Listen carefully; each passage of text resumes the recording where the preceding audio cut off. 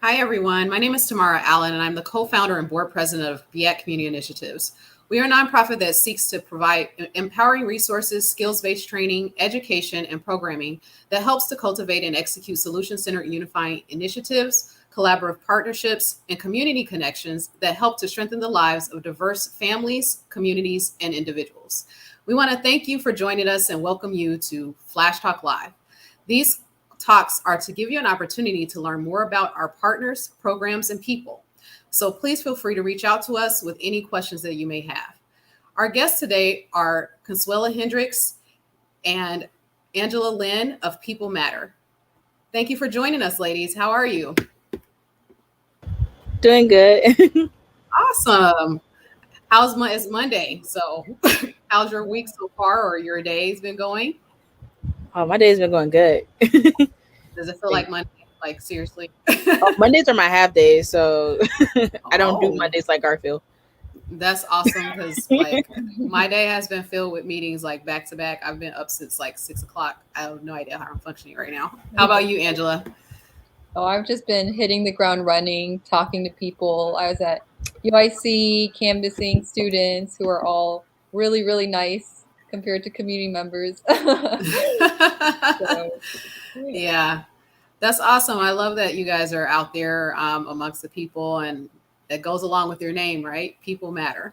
I want to ask you, can you tell us more about People Matter and the programs that you offer?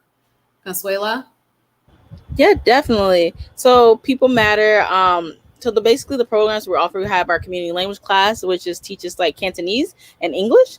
So we teach on Cantonese for heritage speakers as well as for people who are just interested in the language, as well as we help English learners learn more about the language, English, because they're more surrounded by it, right? We have our anti-blackness classes, which teaches you to unlearn your own anti-blackness that has been internalized within you. And then we also have our Skillshare trainings, such as like Salesforce, as well as even down to like how to paint, and as well we have our like volunteer leadership and program. I mean leadership and training program. So those are some of the programs that we offer at People Matter. Wow. How long have you all been around? We've been around for about 2 years. We're 2 years old. We're a toddler. Um, Wow, that's amazing, though. You guys are doing amazing work for 2 years. Thank you. So, Angela, can you tell us more about yourself and your role with the organization? Definitely. So I'm basically in charge of fundraising and outreach, which I always say are kind of the same thing because, people are kind of our greatest resource. Right. Right. Yeah, not just money. But so I do the outreach and the fundraising at People Matter. Um, and Consuela does the strategic planning, which you can probably talk a bit more about. Yes, Consuela, can you tell us more about your role? Yes, of course. So I have a so my role is more consisting of like my main roles are like programming, project management, program coordinator, and then I do a lot of the strategic planning. So that's like basically what I do. I have a little bit of a background in youth mentorship and teaching, as well as like 3 years of policy and like basically just like 8 years of like race relations work since I've been in high school all the way to like college. So yeah, Wow. And where are you from in Chicago? I'm from the south side of Chicago. I grew up in Inglewood, but now I live in Washington Heights. So hi. Oh, nice, nice. South Side? Me too. I'm not from Inglewood, but I'm from Auburn Gresham and I'm from the South Side. How about you, Angela? Where are you from? Mhm. I'm from the suburbs of Atlanta, Oh, this like okay. East Asian and South Asian enclave. But I lived in China for my formative years, so I speak fluent Mandarin, which is part of why I'm good at outreach because the language access thing that automatically makes me an organizer or like That's eligible. awesome. That's Mhm, awesome. And what part of Chicago are you most connected to, you'd say? mhm. So I started, I graduated college in 2017 and I started organizing like immediately a month after in Chinatown. So that's really where I started doing a lot of work. I was a community organizer, doing a lot of work with, seniors, youth, parents in the schools. So that's really where everything started. And I met Consuela on my third day of work. So Oh, wow. she's That was really actually, it goes into the question I have next is how did you all get started with this and what motivated you to get started doing this work? Mhm. Yeah, Consuela, you can definitely. take you can take that question. So what started us to do this work is because like it was a lot of things that were happening in Chinatown. So I've been volunteering in Chinatown since I was in high school. So it was a lot of things Okay. that were going on that was not being met in the community. And Chinatown is a very beautiful and very like well organized community, but it was a lot of needs that were still being unheard there. Like for instance, there are Black people that live in the community and their needs were not being met. Right, there were Hmm. people. There's a lot of domestic violence issues that happen in Chinatown. No one talks about, right? It's a Hmm. lot of like issues that like affect that are not as like not, I guess like it's not something that a lot of nonprofits in the area help with. And so we were like, okay, how about we create something that help with those niches that are going on within like Chinatown as well as in the areas that we wanted to serve. So we since then have expanded to like 6 other neighborhoods as well. And Hmm. so with our main neighborhood we're working in it to be Chinatown, but that's a little bit how we started, where it started off in a conversation. We were like, hey, how can we address these needs?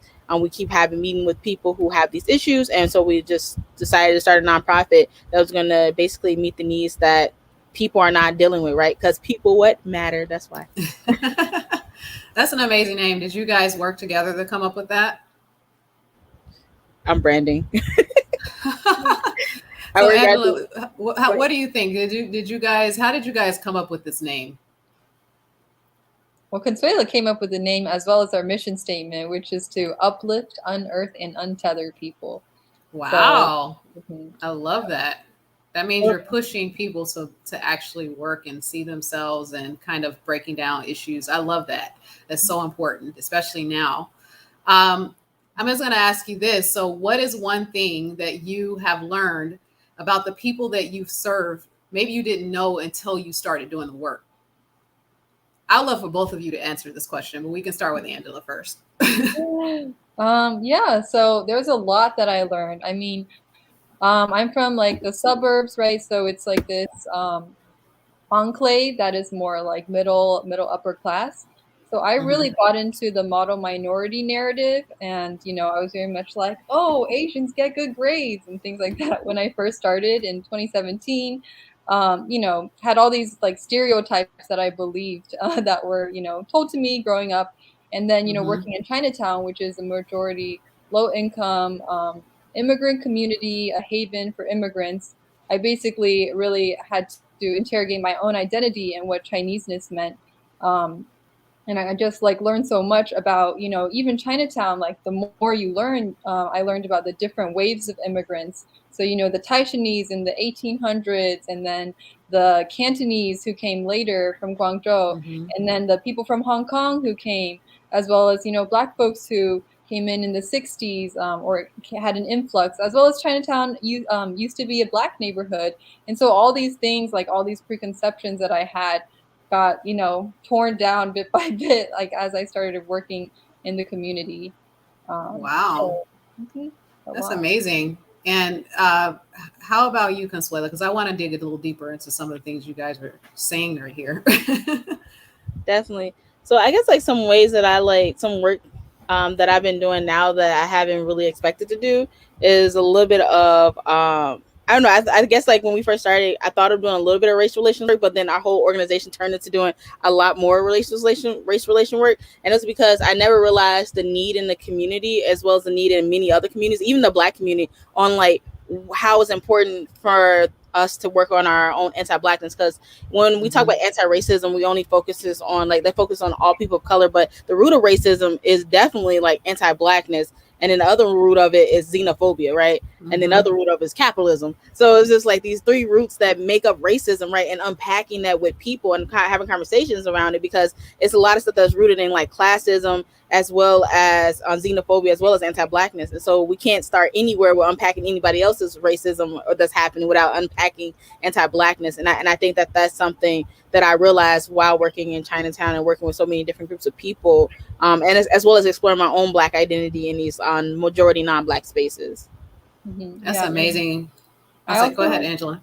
yeah, I kind of want to add something to that to Hmm. like mention like how I got started. So Hmm. I sometimes tell this story, but my first day of work was at this Board of Education meeting over Chinatown was advocating for a high school because they wanted a high school or had needed one for a while that served like immigrant, youth's needs. And what was happening, however, was that they were kind of advocating for this majority Black school to get shut down so that they could have a high school. And so that was my very first day of work. And that was something that I worked on as well, getting students to testify for this. So I was a part of it.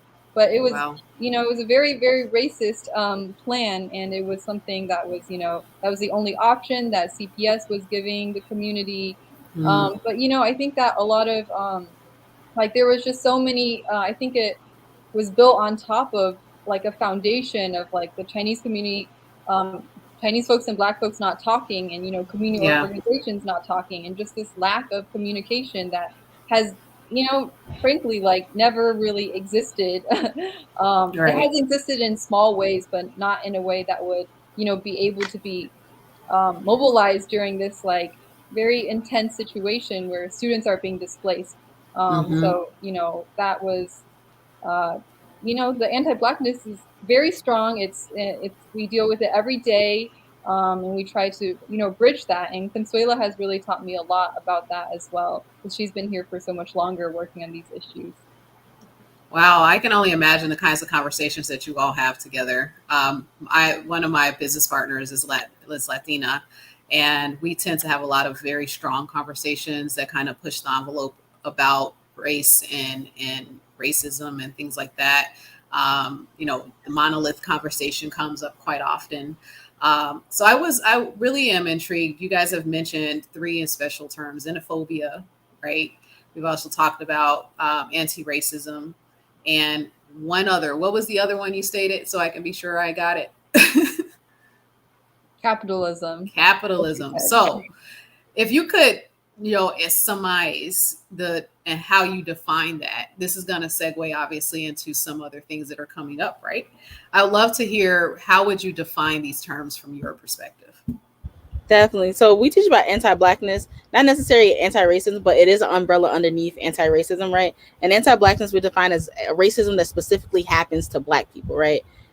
Or racism that's influenced by the dislike for Black people, right? So you may see that being like, some darker skinned Asians being like, people tell them don't be dark or whatever, like that, lighten your skin, right? And that comes from like, don't be Black, like, so we need to remove you from being dark because that's associated with Blackness, so become lighter, which is associated with whiteness, right?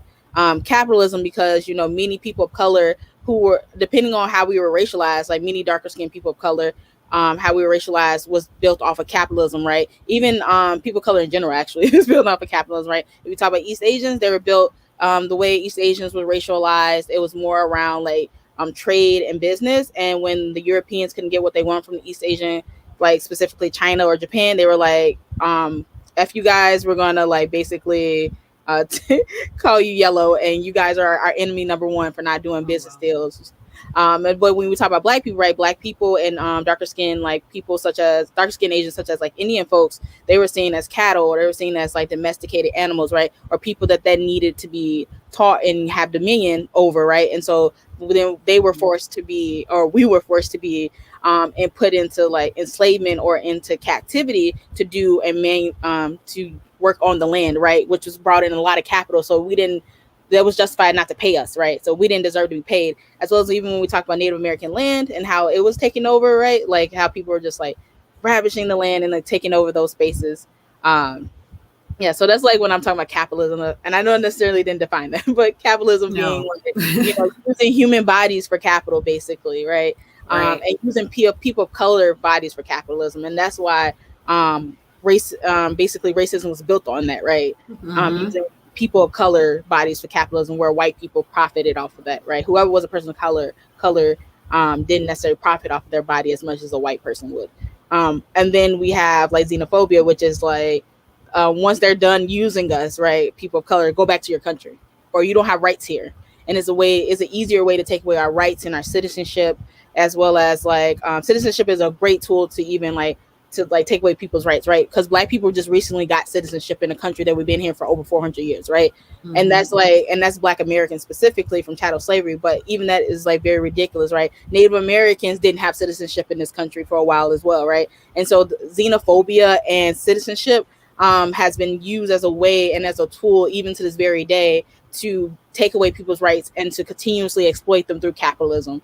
And so that's what we talk about and teach about in our anti-Blackness classes, to really have people really understand xenophobia as well as anti-Blackness as a whole, and racism, and like, what does that look like, and why does it look like the way it does, right? The historical context.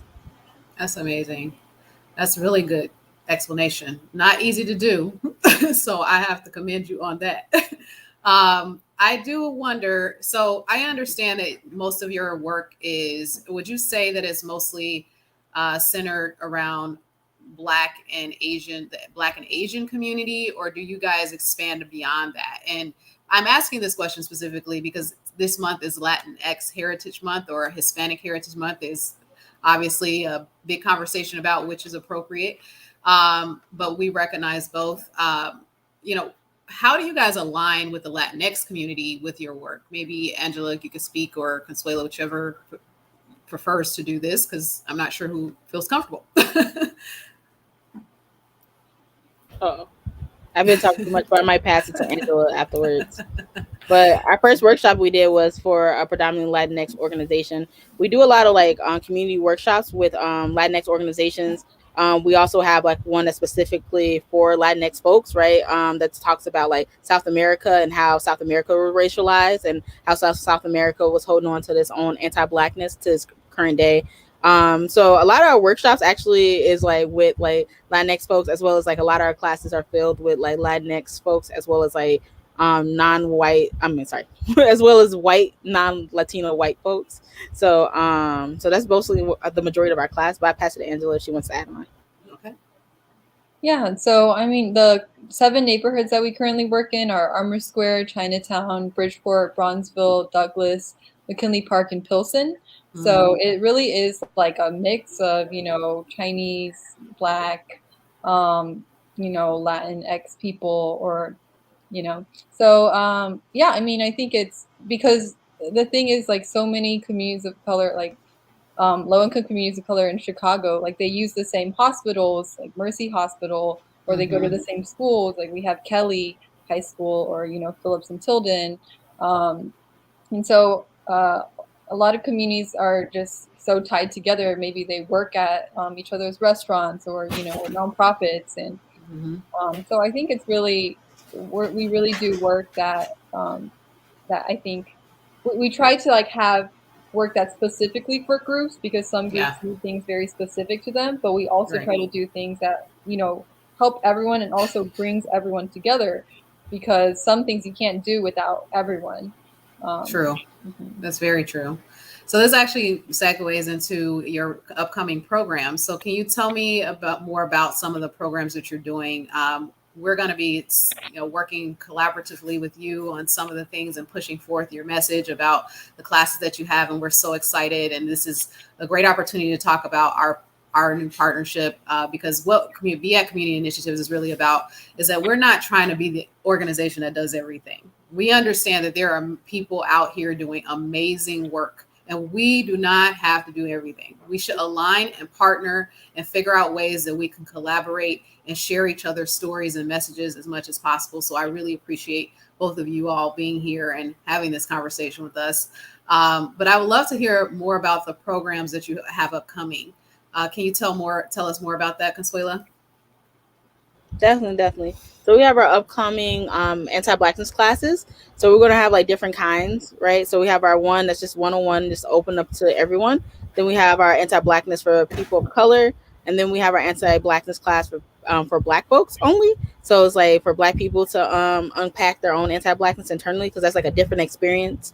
And then we also have this special class that we're teaching this semester, which I'll be teaching, which is like from Mammy to Maria, like the story of domestic Black and brown domestic workers, right? So that's another way where we're bringing in Latinx folks, right? We're talking about like how Black and brown folks who have been basically racialized in the media, and how that turns around to be these caricatures in the public, right?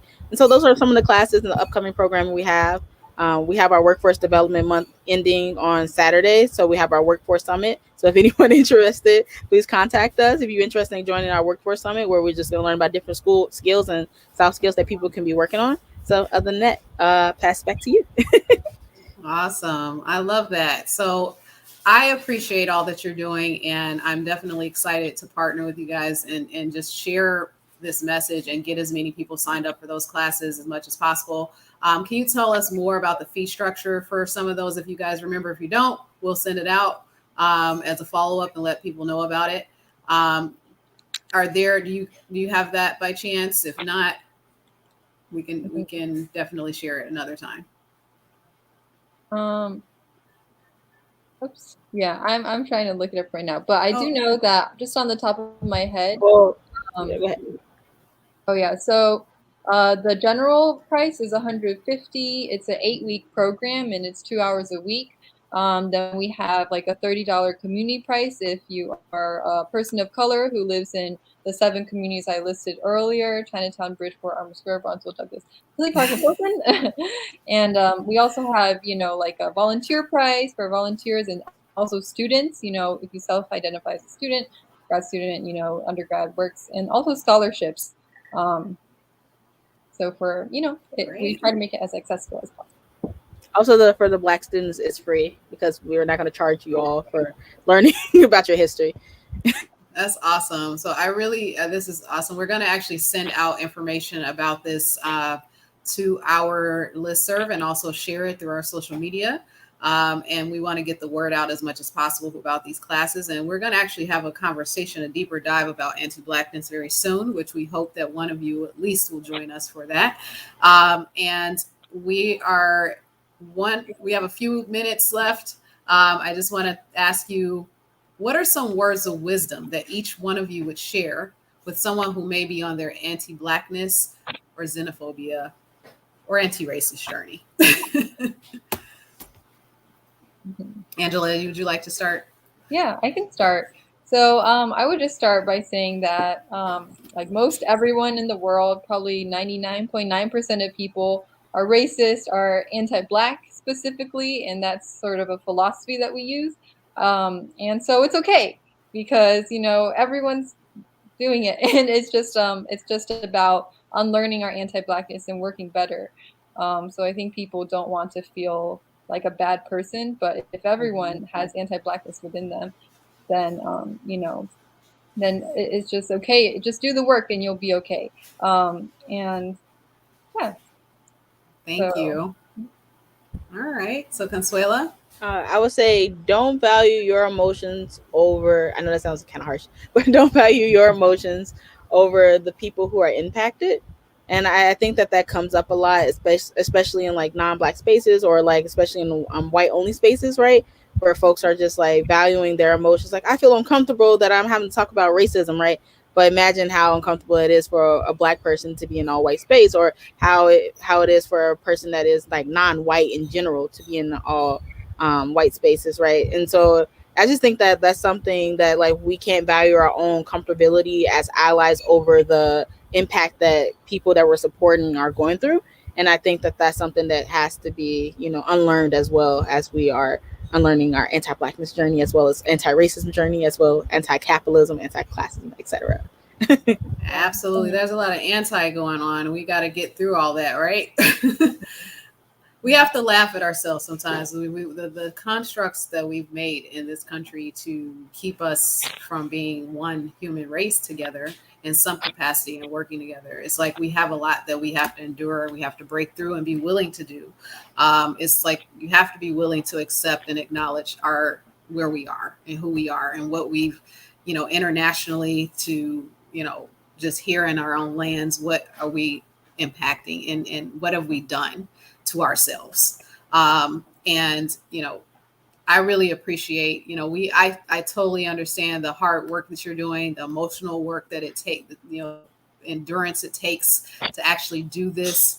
I love that you guys actually smile a lot, and you actually seem to love to work together. And that's the amazing thing. You know, when you have such deep work that you're doing, you've got to have a strong partnership. You got to know that you got that solid team around you. So I'm sure that you have an amazing board. You know, are you guys accepting new board members, or is this something that you are not doing at this time, or plan to do more outreach regarding at some other time? Oh, it depends. If a person is a good fit, we'll let them in. If they're not a good fit, we don't. You just got to make sure they're like same values. Absolutely, absolutely. Totally get it. So I want to thank you both for joining us for our Flash Talk Live. You are People Matter, and I'm going to keep this up there so people know who you are. And we are excited to start our partnership with you, and we will be sharing information more about what you're doing. And I look forward to hearing from you soon. And I'm sure you'll be joining us very soon for our next conversation about, you know, anti-Blackness, and we're going to do a deeper dive, and we're hoping to do some amazing art together, right? Yes, We definitely. did talk about that. I didn't forget. So I'm excited. So thank you so much. I hope that you have an amazing day, and thank you everyone for joining us. Have a good night. Thank you. Thanks All for right. coming. Bye-bye. Bye. All right, guys, we're off.